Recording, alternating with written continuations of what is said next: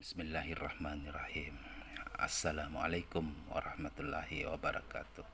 Alhamdulillahi rabbil alamin wa bihi nasta'in wa ala umurid dunya waddin. Wassalatu wassalamu ala asrafil anbiya'i wal mursalin wa ala alihi wa sahbihi ajma'in, amma ba'du. Pemirsa Al-Mu'min TV rahimakumullah. Takdir dalam agama Islam. Umat Islam memahami takdir sebagai bagian dari tanda kekuasaan Allah yang harus diimani sebagaimana dikenal dalam rukun iman. Penjelasan tentang takdir hanya dapat dipelajari dari informasi Tuhan, yaitu informasi Allah melalui Al-Quran dan Al-Hadis. Secara keilmuan, umat Islam dengan sederhana telah mengartikan takdir sebagai segala sesuatu yang sudah terjadi. Pemirsa Al-Mu'min TV rahimakumullah, untuk memahami konsep takdir, umat Islam tidak dapat melepaskan diri dari dua dimensi pemahaman takdir. Kedua dimensi dimaksud ialah dimensi ketuhanan dan dimensi kemanusiaan. Adapun dimensi ketuhanan, dimensi ini merupakan sekumpulan ayat-ayat dalam Al-Quran yang menginformasikan bahwa Allah Maha Kuasa menciptakan segala sesuatu, termasuk menciptakan takdir. Dialah yang awal dan yang akhir, yang zahir dan yang batin. Quran Al-Hadid 573. Allah tidak terikat ruang dan waktu. Baginya tidak memerlukan apakah itu masa lalu, kini atau akan datang. Dia Allah telah menciptakan segala sesuatu dan sungguh telah menetapkannya atau takdirnya. Surah Al-Furqan 25:2.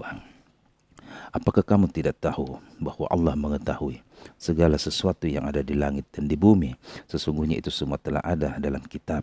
Sesungguhnya itu sangat mudah bagi Allah. Surah Al-Hajj 22:70. Dia menciptakan apa yang dikehendakinya. Surah Al-Ma'idah 5:17. Kalau dia Allah menghendaki, maka dia memberi petunjuk kepadamu semuanya. Surah Al-An'am 6:149. Allah menciptakan kamu apa yang kamu perbuat. Kuis As-Saffat 3796. Dan hanya kepada Allah lah kesudahan segala urusan. Surah Luqman 31:22. Allah yang menentukan segala akibat. Pemirsa Al-Mu'min TV rahimakumullah, dimensi kemanusiaan. Dimensi ini merupakan sekumpulan ayat-ayat dalam Al-Quran yang menginformasikan bahwa Allah memerintahkan manusia untuk berusaha dengan sungguh-sungguh untuk mencapai cita-cita dan tujuan hidup yang dipilihnya. Sesungguhnya Allah tidak merubah keadaan sesuatu kaum sehingga mereka merubah keadaan yang ada pada diri mereka sendiri. Dan apabila Allah menghendaki keburukan terhadap sesuatu kaum, maka tak ada yang dapat menolaknya. Dan sekali-kali tak ada pelindung bagi mereka selain Dia. Surah Ar-Ra'd 13:11. Allah yang menjadikan mati dan hidup supaya Dia menguji kamu siapa di antara kami yang lebih baik amalnya, dan Dia Maha Perkasa lagi Maha Pengampun. Surah Al-Mulk 267:2. Sesungguhnya orang-orang yang beriman, orang-orang Yahudi, Nasara, Sabi'in, atau orang-orang yang mengikuti syariat Nabi zaman dahulu, atau orang-orang yang menyembah bintang atau dewa-dewa, siapa saja di antara mereka yang benar-benar beriman kepada Allah dan hari kemudian dan beramal soleh, maka mereka menerima ganjaran mereka di sisi Tuhan mereka. Tidak ada rasa takut atas mereka dan tidak juga mereka akan bersedih. Surah Al-Baqarah 262. Iman kepada Allah dan hari kemudian dalam arti juga beriman kepada Rasul, kitab suci, malaikat dan takdir. Barang siapa yang ingin beriman, hendaklah ia beriman, dan barang siapa yang ingin kafir, biarlah ia kafir. Surah Al-Kahfi 18:29. Pemirsa Al-Mu'min TV rahimakumullah, implikasi iman kepada takdir. Kesadaran manusia untuk beragama merupakan kesadaran akan kelemahan dirinya terkait dengan fenomena takdir. Maka wujud kelemahan manusia itu ialah ketidaktahuannya akan takdirnya.